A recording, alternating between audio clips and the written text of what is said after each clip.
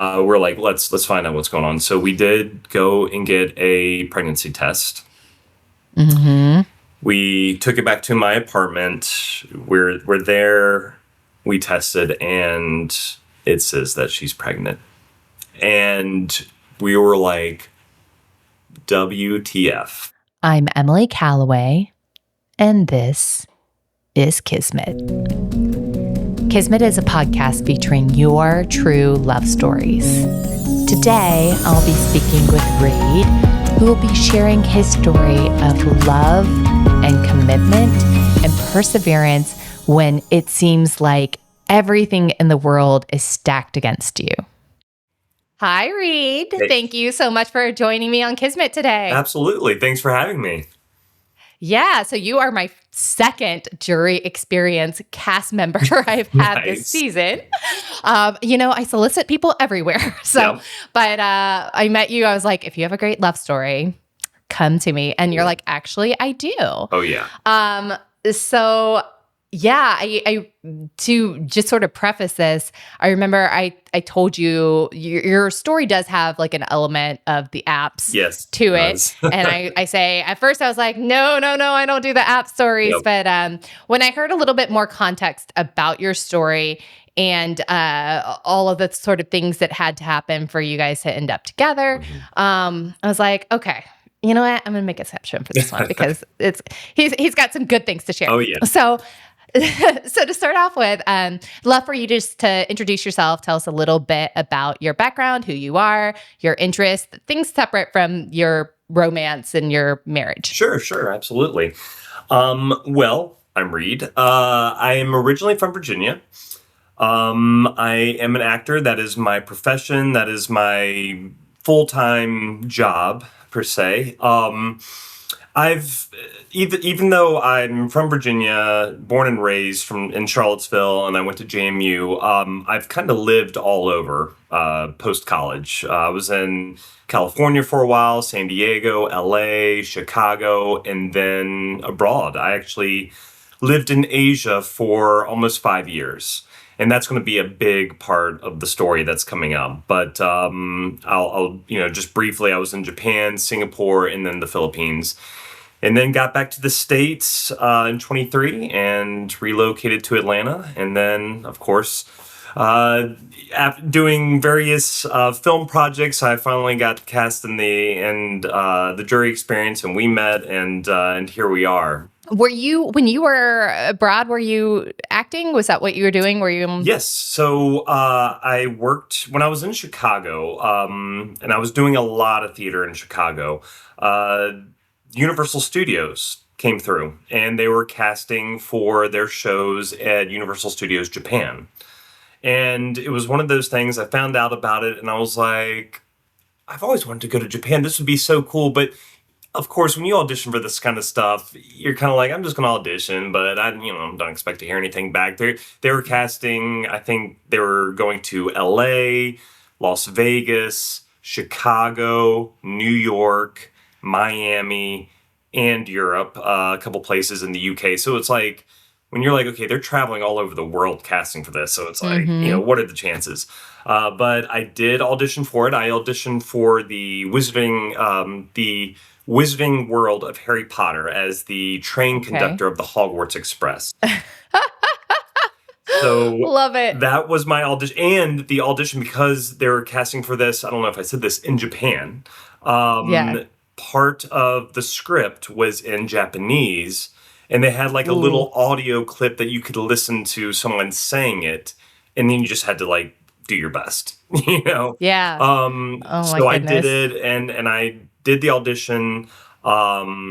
Next thing you know, they're saying, oh, you've been chosen for a callback and this and that and an interview. So I did that, and next thing you know, I got hit up, and they're like, we'd love to have you in Japan. And so that was in 2018, and I worked at the Wizarding World of Harry Potter at Universal Japan, 2018 to 2019, and then I auditioned while I was in Japan for the Waterworld Stunt Show.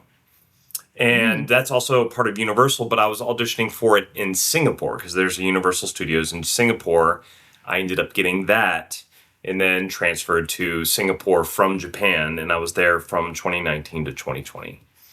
All right. What a fun experience. I Yes, it mean, was. to get paid to live in another country and, also for a short period of time. So Yes. that's not going to be your 10-year plan, Right. but it gives you a chance to go experience another culture or two other cultures, multiple other cultures, Yes. And do it on a company's dime. Like, Yeah. how amazing. So, It was. well, so let's get into it then. So, so in the lead up to meeting your person, can you just tell us a little bit about sort of your relationship to dating prior to that? If you'd been in serious relationships, if you'd been engaged or married, or if you were just sort of a, lifelong bachelor, like what was your vibe in terms of dating? Well, I had been in serious relationships before, a couple different ones. There was a long-term relationship in college. There was one in San Diego. But at this point, where my story will begin here, so I just come from Japan, and to be honest, I really didn't date much in Japan.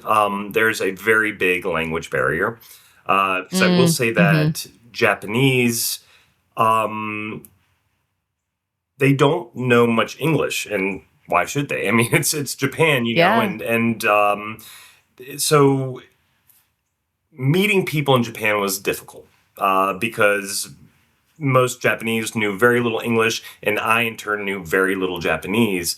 So, to be Yeah. honest, I really didn't try to date much in Japan. I just Yeah. enjoyed it. I will say that I love Japan as a country. It's one of the most beautiful Hmm. countries I've ever been to. It's clean, it's safe, it's interesting. It's like a 180 culture wise from the U.S. Hmm. But then when I got hired with the Waterworld Stunt Show in Singapore, so I went from Japan to Singapore, April 2019.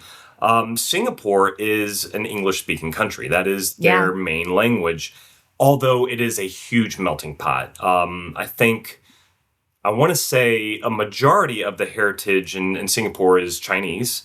Yeah. But there's also Indian, there's expats from all over the world.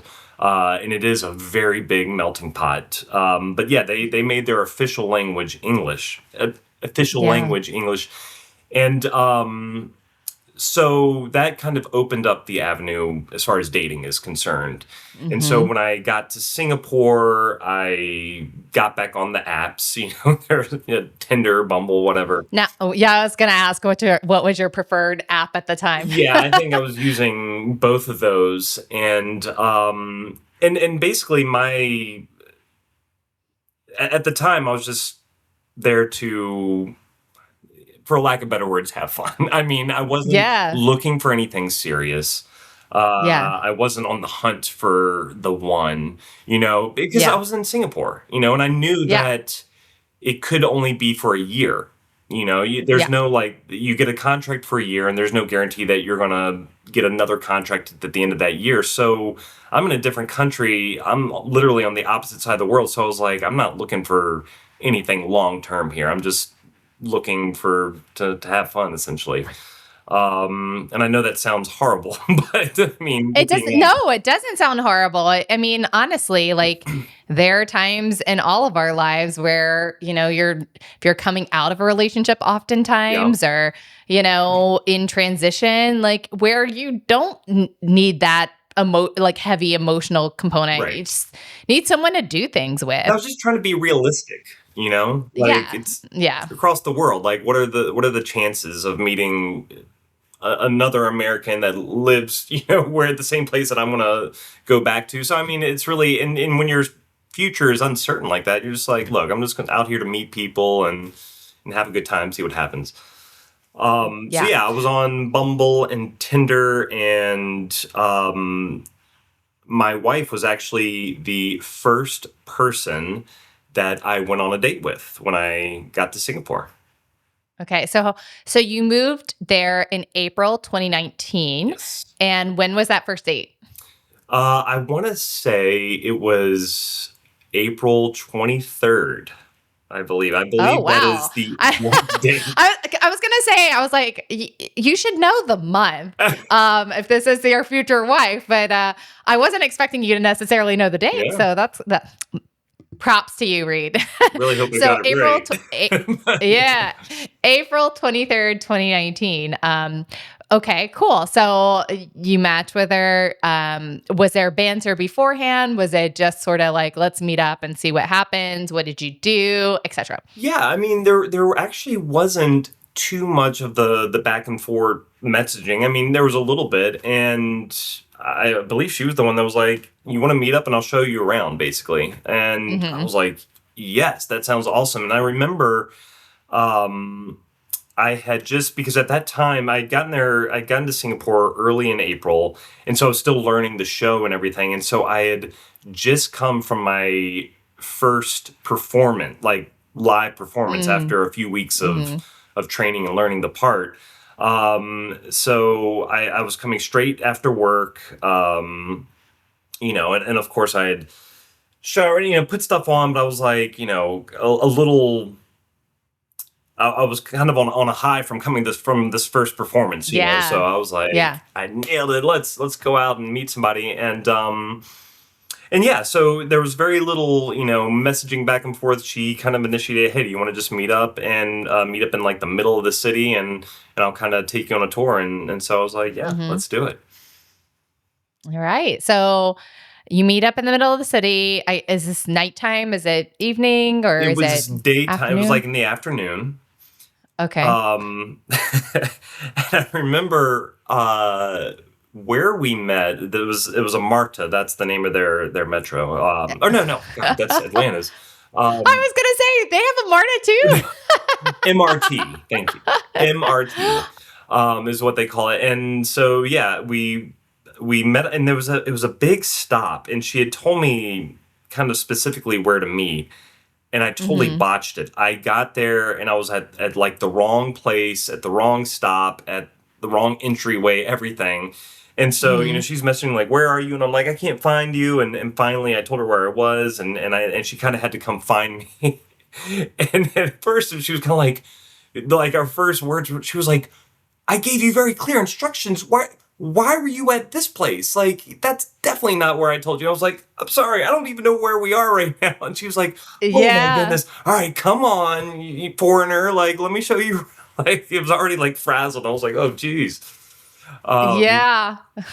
but Great first impression. it was the middle of the afternoon, and she was an excellent tour guide. She just Hmm. and I knew nothing about Singapore or downtown or anything, and she was kind of taking me to all the hot spots. The stuff that you Hmm. see pictures of in the travel magazines and stuff, like Yeah. all throughout downtown. And we had our first meal together at a hawker station, Yeah. which if you Yeah. ever heard that, that's where the locals eat in Singapore. Yeah. I've been to Singapore. Oh, you So have? Okay, no kidding. I spent one night in Singapore, but it's very small. So Yes. I did the I'm blanking on the name. The big Oh, the building, you go to the Marina Bay rooftop. Sands? Yeah, I did Yep. that. I went to the botanical gardens. Oh, I went to a yeah. hawker stand. Like I made the most of my Nice. 24 hours there. But it's such a beautiful city, just Yes. like with all of the plants, Mhm. like just the architecture with the plants dripping down the sides. Oh, Yeah, loved it. I mean, it literally is kind of like a futuristic avatar city that's like in the middle of a jungle. Yeah. And it's Yeah. very tropical. They've got rainforests there. And I mean, the island itself is tiny and it's packed with Yeah. people. I want to say there's like 4 million people that live in this Yeah. tiny island. Singapore is one of the most expensive countries in the world.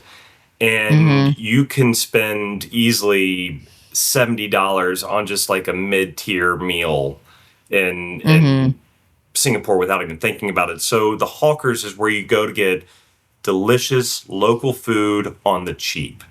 And I Mhm. mean, that's where you spend a couple dollars and you can get a huge meal, and you'll find everyone from like the locals, from the guy that's a janitor by night and coming to get his morning meal to business people, like all dressed up in their ties and their suits, and they're everyone's eating at the same place, and it's delicious, and it's So that was our first date. So the first date. So what was your sort of first impression of her, other than she's obviously a woman that is in charge. She's telling you where to go.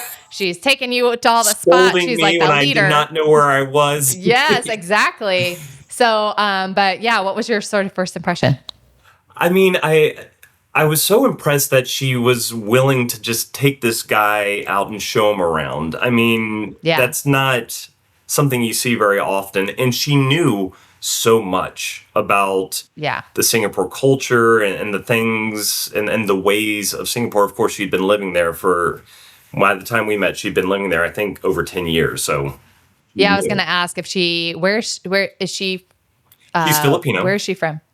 Okay. So she's from the Philippines, but she had moved to Singapore just to work and to live. And she had, she had found jobs there. I mean, she had bounced around a little bit from jobs, but she'd been living there for over 10 years by the time we met.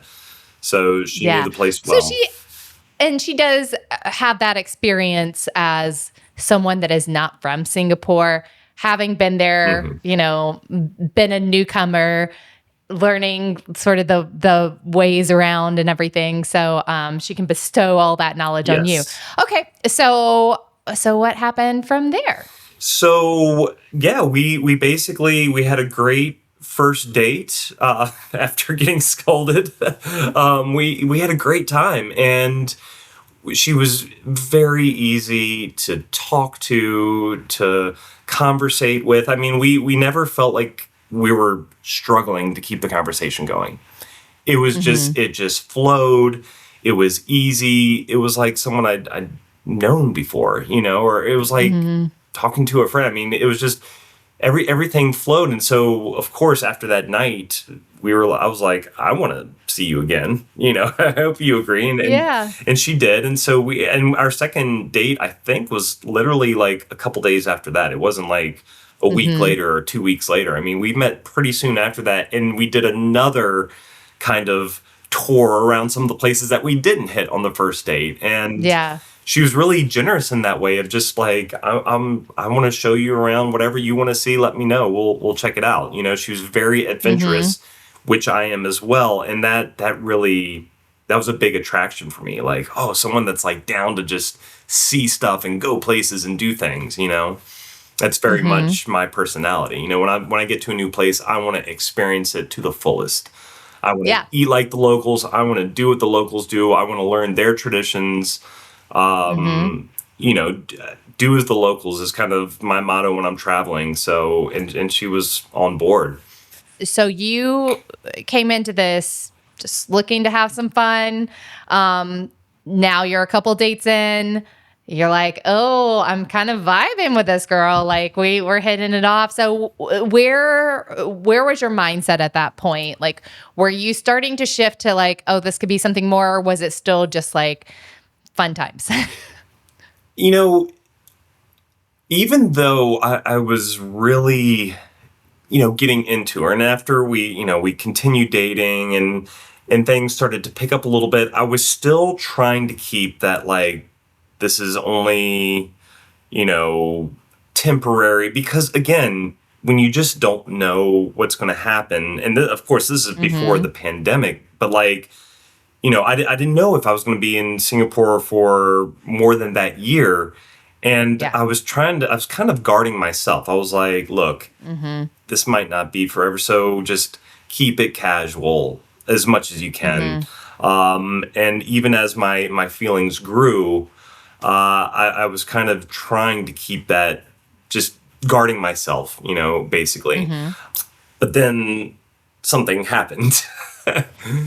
And what, pray tell, is that something? So, as we're dating and whatnot, and we're going to kind of fast forward, I want to say, a few months now. Well, she missed a period. And so I was kind of like, well, that's not normal. But she'd gotten sick. and she had to take some medications and stuff, and she was like, this, it could be because of the medications I had to take, and she's like, that's actually happened before. Let's not jump to conclusions here. And I said, okay. And then another month, she missed another period, and I was like, okay, I think something's going on. And again, she was like, look, I don't feel any different. I think I'm fine, but we can get a pregnancy test and everything. And then the holiday, this was kind of as the holidays were approaching, and which is like one of the busiest times in Singapore. Once it gets 2 months before Christmas, things just pick up. There's a boom in tourism. I'm doing shows all the time now. There's all this stuff going on. I mean, it was just basically life got really hectic. And I didn't think we didn't really do anything until after the holidays. And at this point, it's been almost 3 months without a period. And I'm like, okay, we need to find out what's going on. Like, ASAP. Yeah. So it's now January, like the beginning of January. And so we're like, we need to find out what's going on. It's the Christmas is over, New Year's is done, even though actually Chinese New Year's was about to happen and things were still busy. But we're like, let's find out what's going on. So we did go and get a pregnancy test. We took it back to my apartment. We're there. We tested, and it says that she's pregnant. And we were like, WTF. Yeah. Here we are, 2 foreigners, both in a foreign country, and we're pregnant. That was the same day that we got an email, or I got an email from my boss. It was to everyone in Waterworld, all the expats, everyone.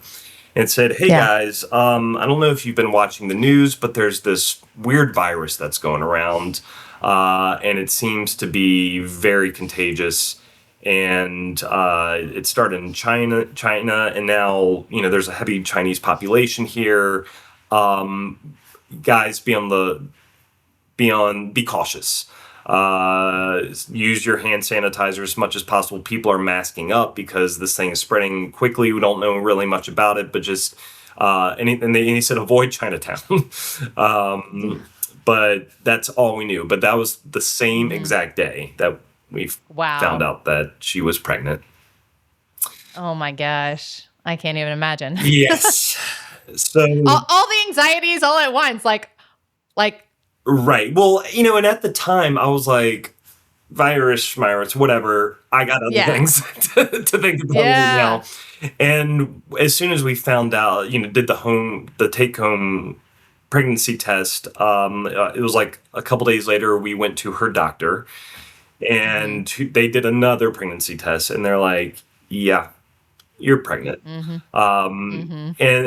we were so all now we're like, "Well, okay, what do we do?" And the doctor's like, "Well, you need to decide if you want to keep this pregnancy." I will say that it seems that you might be a little far along, and if you wanted to terminate this pregnancy, it's something you should probably decide very quickly. But he was like, before you think about that, I would advise that you go get an ultrasound just to see how far along you are, so we can get a kind of a more definite thing. And we said, okay, we were kind of like, I mean, we're just dating here. It's casual, and now we might be having a baby. Like, is this something we really want to do? Yeah. And she was like, well, why don't we do what the doctor said? Just go get the ultrasound so we can get a kind of definitive of how far along, and then we can make a more solid, informed decision. And I said, okay. So we schedule an ultrasound. At this point, the virus has proceeded. Now everyone's masking up. They're starting to, put little protocols in place. But we go to this doctor, and they do an ultrasound, and she just goes into this room, and the doctor's in there kind of waiting outside. And then the doctor came out, and she was like, come here. And I was like, yeah. And she's like, she wants you in there to see something. And I go in there, and she's lying there still with her and there's nothing showing at the still, right? Still flat stomach, but they have the gel there, and they show me, and we see a little spine, the tiniest little body there, and with a heartbeat. Yeah. She's crying. I start tearing up, and we knew this is happening. Yeah. There's no doubt. Once you see that, yeah, going back. It's making me tear up hearing you talk about it. I imagine that was an extremely emotional moment. Oh, yeah. Were you someone that had wanted children, or were you on the fence? Like, where were you? Yeah, I've always known that I've wanted children or a child. Yeah. And it was kind of one of those things. I mean, at the time I was 37. So I was starting to get up there, and she also, in fact, I never let her pass the fact that she's older than me. She is exactly 3 weeks older than me. I'm October 5th. She's September 14th. So I always listen. You are a Libra too, just like me. No kidding. Makes sense. Oh wait, I think we might have figured that out before, but yes, that's right. We're both Libras. Yeah, it's the best sign. Yep, we like that balance. Yeah, artistic and adventurous. Yep. So, okay, so you've made this decision that you're keeping this baby, but COVID is around the corner, right? So and it's coming. We decided that we're keeping this child, but as we've made this decision. It's like every day. It's new, like things are ramping up as far as the virus is concerned. Protocols keep coming into place. Everyone's got to get masked. Next thing you know, you're supposed to be keeping that 3 feet. It started off as 3 feet and went to 6 feet, distance between people, stuff like that. But we're also at the same time trying to keep our lives as normal as possible. And I remember telling my parents, and my mom had actually already scheduled to come out to see me. And then, so right before she came out to visit, I broke the news that she was going to be meeting the mother of my child. And what did she say about that? I met your mom. She's so sweet, but what did she say about that? Well, she was... aside from being kind of like, the shock of it, she was also so excited because my mom has always wanted to be a grandmother. Yeah. And I'm her oldest child. I have a younger sister, and I had also a much older half brother from my dad's first marriage. But as far as like my mom's children, it's me and my sister. And my sister is 3.5 years younger. But yeah, so she has no children. So this was going to be my mom's first grandchild. And she's always wanted grandchildren. And I think she was starting to give up hope. I was 37 and this lifelong bachelor per se. And my sister didn't have anyone serious at the time. And my mom was getting a little disheartened. So even though she was shocked by this, she was also very excited. Yeah. And my sister also came out to visit at the same time. And so Kez, my wife, so it'd be helpful to know my wife's name. Her name's Christine. We call her Kez. She was going to meet my mom and my sister all of a sudden, in one fell swoop. Yeah. Right after finding out that she was pregnant and everything. And so it was a very exciting time despite all the pandemic and everything, Yeah, that's they must have just beat the lockdown stuff, because January, February, that's when that was right before all the flights started getting canceled and everyone grounded and stuff. So things were getting serious, and as the things continued to go from worse to worser, our futures with our companies were starting to, be up in the air. Yeah. eventually, and we're going to kind of start fast forwarding here, Universal shut down. Yeah. The park shut down once they started, closing borders to tourists and whatnot, in Universal. And then it just became a thing that we couldn't do it because it's just, you can't limit people in a theme park. I mean, I just imagine, people are so cautious that like wiping down seats and everything like that. When you're thinking about rides, like that would be itself just an undertaking. Right. So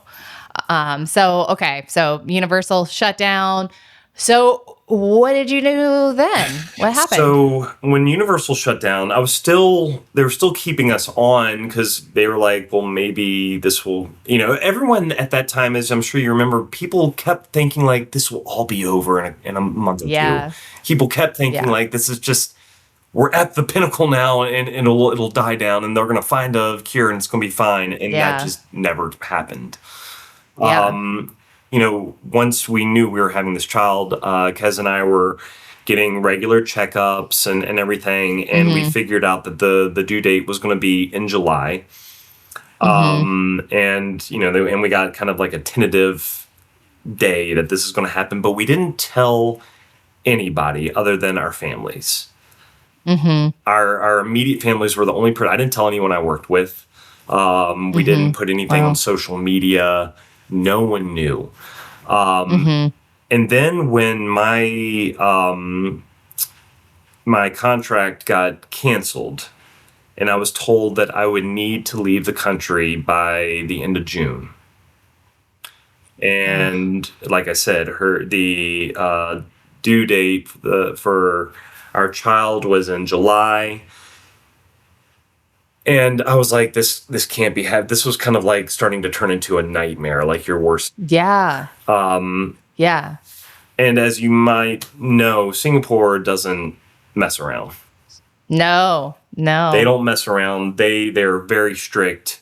If you don't have a reason to be in that country, and that's just without a pandemic, they're very strict. But now there's a global pandemic and they're closing borders. So it's like, we're not messing around. We tell you to go, you get out of this country or there's going to be a problem. So now I'm told that I'm going to have to leave by the end of June.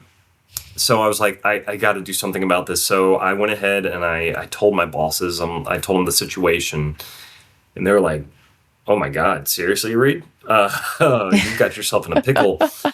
They're like, I basically had to beg my bosses, like, please, I'm begging you, help me out here. And they're like, well, we can apply for an extension because this is an extenuating circumstance. Yeah. Because I was like, I need to be there for the birth of my child. Like, you got to understand. And so, they agreed to do this for me. And after petitioning the Singapore government, they did grant me a 1-month extension. What timing? Yes. Had it been a little bit earlier, maybe she could have even come back with you. But like that point, you can't fly. And then also the danger of COVID. And then also she's got to be with her doctors. And my goodness. Okay. So and it's also important to say that her job, she's also an expat working in Singapore. Yeah. And so now she's working remotely as she's going through this pregnancy and getting bigger and bigger. And then she's working remotely. And that job was also kind of like, we're not sure what your future is here because we can't keep people here.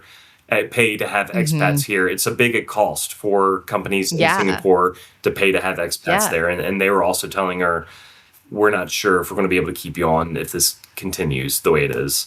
Wow. And she told them that she was pregnant and they were like, okay, well, we'll keep you on through the pregnancy, and of course and they're obligated, I think, to, after the pregnancy, to give, the mother 90 days afterwards. Yeah. They're obligated to. But then they were like, after that, I think we might have to let you go. And again, you also have to remember that she's Filipino. Filipinos have a really hard time getting into other countries, particularly the U.S. Yeah. Because the Philippines is considered a high risk for once getting into a country like that, not coming back and Yeah. staying. Yeah. It's just for a regular Filipino to enter the U.S., they have to undergo an interview. It's a very lengthy visa process. They have to fill out a lot of forms. They got to get approved by multiple through multiple channels to be able to just come to the U.S. for a vacation if they wanted to. And they have to have return tickets. They have to have enough money in the bank to show that they're going to come back and this and that. So it's a very difficult process. Now we're dealing with a pandemic. So long story short, we started talking to a visa lawyer about what our options are, and he essentially told us, right now, you don't have any options. There is no way that Kez can enter the U.S., especially because she's pregnant with your child. He said, if there was no pandemic and you guys didn't have a child, she would have a chance of getting into the U.S., but now knowing that she has an American child, it's not going to happen. Yeah. There's no way. Wow. He's like, the only way to get her in is through either a fiancé visa or a spouse visa. Yeah. And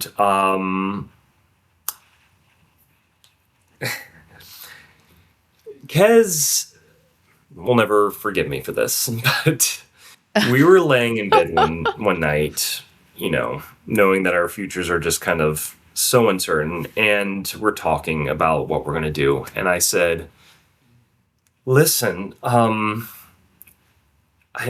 not sure, but I think maybe we should probably get married.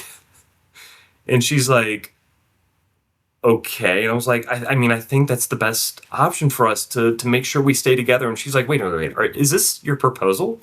And I was like, well, I'm just trying to be practical here, Yeah. and figure out a way to stay together. And she's like, so you're proposing? Is this how it?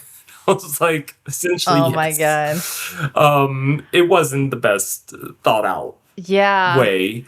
My gosh. I'm also just thinking, so I'm thinking about it from your perspective as this, dad who has to leave basically right after the baby's born and is going to have this terrible, separation. I also think about it from her point of view and how scary that must be as a brand new mom, knowing your job is on the line and you're doing it all by yourself and your partner is a million miles away. Like, good grief. Yeah.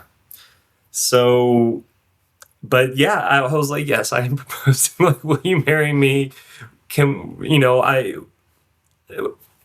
She said yes. But then, we were trying to figure out a way to plan this marriage with a pandemic.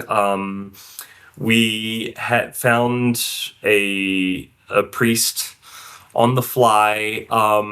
And so basically July here, the whirlwind of July is we're ramping up to have our child. Mellie, our daughter, at the time, she was not cooperating. She was breech, meaning she was lying. I was breech. Okay. So, yeah. So you know what that means? For people that don't, she's laying sideways. She's not head upside down per se, because that's how babies get when they're about to have a normal pregnancy. When they're lying sideways, you can't do that. So we knew that we had to plan a C-section. And so we had that date planned, but July 10th, Kez and I we had just eaten dinner and we're getting in bed and we're about to watch some movie on Netflix, because that's all people were doing at that time, is staying home and watching Netflix or whatever. Little Tiger King action. Yes. And she's getting ready to get in bed, and all of a sudden she's like, something's running down my leg. And I was like, what is it? And she's like, I don't know. And then so she went to the bathroom and she's like, that was weird. I don't know if that was pee or what. And I was like, okay, are you sure you're okay? And she's like, yeah, I think I'm fine. I was like, should we call the doctor? She's like, and at this time it's like, 10 p.m., 11 p.m. And she's like, I think I'm okay. And then all of a sudden she's like, oh, wait, it's happening again. And now she's like, water's coming out. And we're like, and I was like, because that's your water just broke. And she's like, and that kind of like, oh my God. Yeah. Oh my God. Oh my God. What do we do? It's happening. So I immediately called the doctor, and at this point it's like 11 p.m. or later. He's like, I could tell he just woke up, and he was like, okay, I'll meet you at the hospital. And I was like, okay. And I'm like going into freak out mode. And so we go outside, we get a taxi, and we go to Mount Alvernia Hospital. And now, hold on. I'm going to pause for a second and ask you, did you have a towel wrapped around her with the water? Yeah, well, after the I'm like going into a taxi, your water is just broken, baby's like on its way. Well, she hadn't really started any serious contractions yet. And once the water breaks, there's a big release of water, but then it's not like it keeps coming, but that's just kind of the signal that like you're about to start going into labor. Yeah. So she wasn't like, we weren't in the taxi, she was like, having any kind of... Yeah. But yeah, we get in a taxi, we go to the hospital, and they start gearing up for a C-section because Mellie was still breached. She hadn't moved into position. We had hoped kind of like she would move into position last minute because that happens sometimes. Yeah. But that wasn't the case. So they take Kez back for the C-section, and because of the protocols and the virus and everything, I wasn't allowed to go with her. So now she's been taken back, and I'm in this waiting room. There's no one else there. No one. I was just by myself. It's now like 1 a.m., 2 a.m. I've been calling my parents, telling them that this is happening and that I'm not getting any updates, and no, there's no doctors coming back to like keep me updated. It was just nothing. I had no idea what was going on, and I was anxiety terrified to the nth degree. Yeah. And then finally, it was at like 2:30 in the morning. I get this FaceTime call from Kez. And I'm like, what the hell is she calling me FaceTime? And then it's the doctor or the nurse, and they were like, we're calling on your wife's phone to see if you are ready to meet your daughter. And I was like, meet her how? And they're like, we can pass the phone. I was like, no, wait, don't do that. I don't want to meet like this. How long before you can bring her out? And I was like, is Kez okay? And everyone's fine. Mommy's fine. Baby's fine. I was like, okay, when can I don't want to meet her on the phone. I want to see her in person. And they're like, okay, well, it'll be a little bit longer, but just so you know, everyone is okay. And we'll bring her out soon. And I said, thank you. And and then maybe another 15, 20 minutes, they come out with my daughter, and I met her for the first time, and it was just, there's no words to describe that. Yeah. That I think meeting your child for the first time is true love at first sight. There's nothing else like it. I think she was actually only in the hospital for a couple days. She was able to come home a day early. And so now we have a child. We're newborn parents, and now we're trying to figure out, so we're going to get married. And now we focus our energy on not only, being parents for the first time, but getting this marriage ready. Yeah. And our marriage date was the 26th. So 3 days before, and my departure date was the 29th. So we're now going to get married 3 days before I have to leave. We were only allowed to have, I want to say, 15 people there. So we had, it was mostly Kez's friends, a couple of my friends that, from Waterworld. None of our family was there. I had my parents on Zoom watching it, her family on Zoom. Um, we had a witness and a couple friends and a priest, and we had to say our vows and masks. It was just in like this clubhouse of this place, over, there's palm trees and a pool and stuff outside, and we made do, and we had a great time, great marriage, and then that was the 26th, and then the 29th, I had to do the hardest thing I've ever had to do in my entire life, which was say bye to my 3-week-old daughter and my marriage of my wife of 3 days, and get on a plane to the U.S. not knowing for sure when I was going to see him again.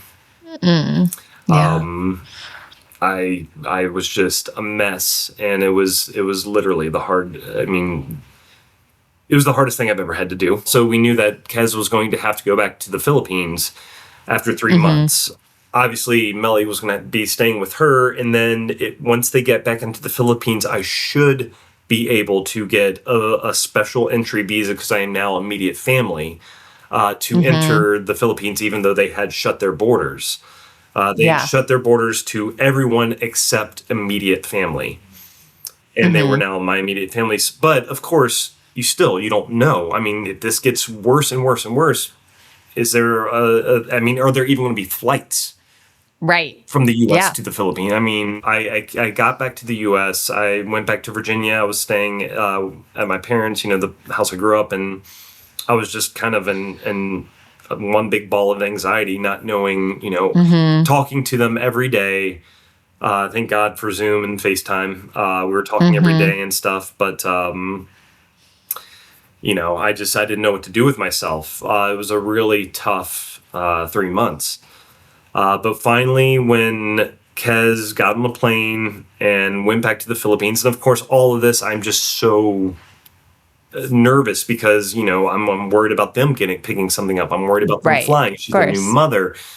And, when she got to the Philippines, she didn't really know where she was going to go, because the house that she grew up in, that was kind of full. And they were on lockdown.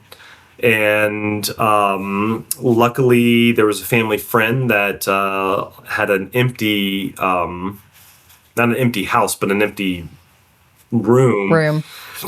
It offered it to us. So that's where Kez went. And once she was in the Philippines, I was able to immediately apply for a special entry visa to go there. And it got granted. And my flight to the Philippines was on December 22nd. I arrived on the 23rd, and I was told that quarantine could be up to 5 days. So here we are going, the December 23rd, right before Christmas, and all I wanted to do was be with my family. And I was praying and just praying and praying, please, for like a Christmas miracle. Please, God, please. And that miracle came through on December 24th, Christmas Eve. I got the notification that my tests were negative and that I was free to leave quarantine. And so Christmas Eve night, I checked out of my quarantine hotel and I got a ride to my daughter and my wife, and I was there for Christmas. Oh. And that was our Christmas miracle. Yeah. How beautiful. Yeah. I mean, after all that you've gone through at that point, to be able to spend that day together, and her first Christmas too. So, yeah. Okay. So from this point, you're in the Philippines for Christmas. How long did it take you guys to get settled together? I mean, obviously you're in the States now. So, how long did that take, and how many trips back and forth? Like, what was sort of the process from that point on? Lockdown in the Philippines was like no joke. I mean, you just couldn't go anywhere. You could leave where you stayed at, but only to go to the grocery store. That's it. It was a lot different than lockdown in the U.S., where you could still kind of, lockdown in Atlanta, especially. Yeah, I'm sure. It's like life is normal. We're just walking around with masks. No. Yeah. So we were in Manila, and you couldn't leave the city. I mean, they literally had like the city barricaded. I mean, you could not leave or you would be taken to jail. Wow. So, and there was nothing, nothing to do. I mean, everything was shut down. The only things that were open were the supermarkets, and that's it. So at first we were staying at a family friend's place, but we knew we had to get something a little more permanent for the time being because we knew we weren't leaving anytime soon. We're first-time parents, first-time parenting during lockdown, newlyweds, living in, or at least in my case, living in a completely foreign country. But, we started making do. But then, we're trying to decide how are we going to, where do we go from here? And like I'd said before, getting into the U.S., for a Filipino, getting into the U.S. is difficult under the best circumstances. Yeah. So now, we're in a global lockdown and whatnot. We had our immigration lawyer, and he was like, this is going to take a while. He's like, normally, under the best circumstances, it could take up to a year and a half. But we're on a lockdown, so I would plan for double that. Wow. We're told it could be 3 years before she gets her spouse visa to enter the U.S. And I don't think Americans realize how tough this country can be to get into, especially for countries that are considered third world countries. Yeah. It's extremely difficult. We started, applying and doing the best we could, but it was moving at a snail's pace, and we hit every snag that you possibly could. As far as immigration and getting a visa is concerned, it just kept dragging on. My parents had to get involved as like financial backers to sponsor her, almost in a sense, and we had a problem with our first immigration lawyer, had to get a different one. Our first one kind of pulled some shady stuff and tried to screw us over, so we had to get a different lawyer, and it just kept dragging on and on. It was horrible in a sense, just that part of the experience. Finally, the Philippines started to open up slowly after like a year, so we started to be able to do more stuff and have more of like a life.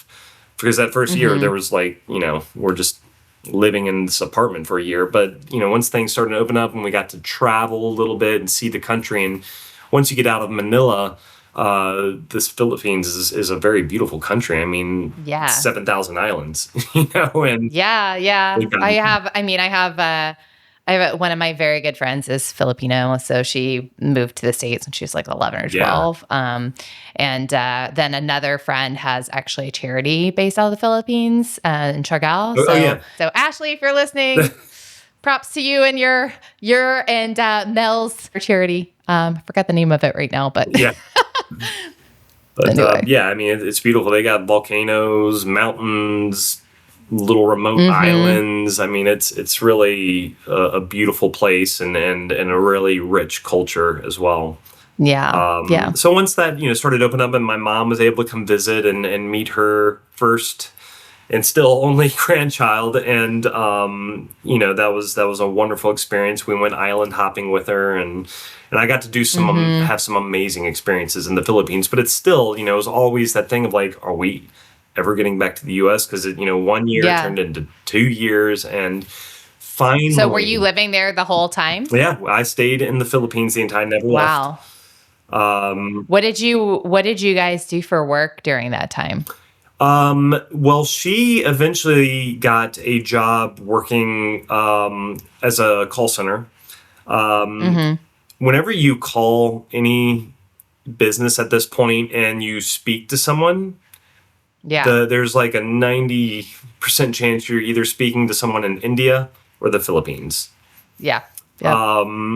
And so that's what she was doing. She was working for a tech company here in the U.S. As like executive support. I mean, working with like the CEOs of this tech company. But from the Philippines, and she was on the graveyard shift. So for like almost a year and a half, she was working, her work hours were like 8 p.m. or 9 p.m. our time until 8 a.m. essentially, or 7 Gosh. a.m. Yeah. That was Wow. difficult. Yeah, I can only imagine. But given the circumstances of, even after the country started to open up, there was still a lot of, stuff, social distancing and masks. And they also, not only did you have to wear a mask, you had to have a shield. You had to wear this thing, Oh, that goes in front of wow. your face, big Yeah. plastic thing that was annoying as hell. Especially in a hot climate, I'm sure. Yes. But she was working that job, and I was doing remote work via Upwork, which is like an online platform. Yeah, that, I'm very familiar. So yeah, we had some income coming in, and also just using I had some savings, and we were just using that. But of course, living in the Philippines, you can live on the cheap, Cheaply. basically. Yeah. And then we finally find out that our visa has been approved, or her visa has been approved. Mellie our daughter was a dual citizen from the get-go. But yeah, so this was a little after 2 years, but then she had to Kaz had to go and get a physical. She went to get the physical, and they thought that they saw something in her lungs. They're testing for all these things like TB and all these stuff that diseases that we don't really think about because we're vaccinated. U.S. Americans are vaccinated at an early age, but coming from a country like that, they want to test you, and so they thought they saw something. So she had to get more extensive testing, which just cost more time and money. But finally, that came through, and she's good to go. And then, so now I'm like, all right, I'm going to buy tickets, and we're getting excited. We're getting to go back to the U.S. Things are getting really exciting. And tickets were through the roof. And I was like, it was looking at first, tickets were going to be like $1,500 each. It was looking like it was going to be $4,500 to get us all home. And I'm like, my God, ooh. And I finally find these cheaper tickets that was like $750, like half the price. And I was like, and I looked and I was like, I think everything looks valid. We're gonna have a layover in Japan, and then Philippines to Japan to New York should be okay. I was like, all right. So I buy the tickets, and as soon as I bought them, I found out why they were cheaper. It's because in Tokyo, where we had our layover, and it was like a 3-hour layover, I didn't realize that we were going to fly into one airport and fly out of a different airport. Oh, no. And when I found that, I was like, oh, shit. Because even though the pandemic had kind of lightened, it was going down, the restrictions had lightened, Filipinos need a special visa to enter Japan. And so she can't just leave the airport and travel through Japan to go to another. Yeah. She had to get a visa. And now our flights are like 2 weeks away, and we have to figure out how to get her a visa in 2 weeks to enter Japan. So now we're scrambling. I bet if she was feisty upon first meeting, she was real feisty at this point when she's like, Reed, what did you do? Why did you not pay attention to those airport codes? Oh, yeah. But by the grace of God, we were able to get from one airport to the other. And then we got into the U.S. It was April 23rd, 2023. So 4 years to the day after you met. Yeah. Wow. I never even put that together. Yeah. Holy crap. Yeah. Well, that's a significant date for the two of you then. So yes. And then we got to Virginia, and we stayed at my parents for a little bit. As an actor, we had kind of decided that we wanted to come down to Atlanta. But then, of course, right before we come to Atlanta, there's the actor strike. So we waited out the strike in Virginia, staying with family. And then as soon as the strike ended, we came down to Atlanta, and here we are. So what are some of the things that you would say that you learned in this whole experience? Like, what are the biggest sort of takeaways from this in terms of love and relationships and marriage and commitment and that sort of thing? I think one of the biggest things I learned is perseverance, because, this whole, that whole trial, the trials and tribulations and everything it seemed at one point, it felt like every single thing that could go wrong was going wrong. And there's so many times where I started to feel hopeless and like, this is just never going to happen. Like, I don't know, and everything was so up in the air. But giving up was never an option either. When it's your family and when it's people, someone you love, you just don't give up. That's not an option. I think that's a really good point too, when we think about like our grandparents' era, right? When communication wasn't just digital and every second, Right. When people were separated, when there was wars, where there was, other types of travel. I mean, my grandfather was in school and he was separated from my grandmother, and they wrote letters to each other every single day. And there were long periods of time where they just weren't simply able to see each other. Yeah. And people at the war, like, it could be years, And so I think now we live in a time where it's just sort of instant gratification. And if you can't have it now, then like, what's the point? Yep. There's something else around the corner. Whereas the things that are really special sometimes are worth that fighting for and going through all those hurdles. Absolutely. And I wouldn't change anything for all the money in the world. I mean, our daughter is just, I can't even, that's just something else. I won't even get started on how amazing our daughter is. She's the biggest blessing, but I mean, we went through, at times it felt like we were going through hell and back, just to make sure we stayed together as a unit, as a family. And we did, and we were able to do it even when every single thing that could go wrong was going wrong. I forgot to mention, she even got denied the visa the very first, because she had to go through the interview, and she got denied the first time only because there had been a spelling mistake on her original birth certificate. Oh gosh. And they didn't, but it was kind of, and her first interview was on Valentine's Day in 2023. And we were like, this is going to be our Valentine's. You're going to go in, you're going to get the interview, and we're going to get it. And then she came out like crying. And I was like, oh no, what happened? And she was like, they said that because the spelling had been misspelled on my original birth certificate, we have to now go to you have to get it fixed officially before they can approve it.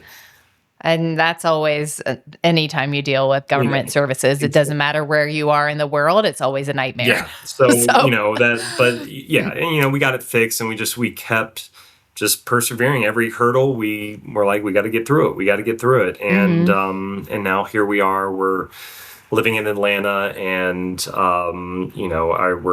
we're thriving, but there were times where I couldn't see the light, Yeah. I couldn't see that light at the end of the tunnel. With thinking about folks out there that are single who are listening and they're looking for hope in relationships, what sort of advice would you give them? I would say, and this has kind of been my experience with everything in life, that things happen when you least expect it. And you hear that a lot. And but it's true. Nothing in my life has ever worked out the way I thought it would, or the way maybe I wanted it to. Never. Yeah. Ever. Yeah. But things have always worked out.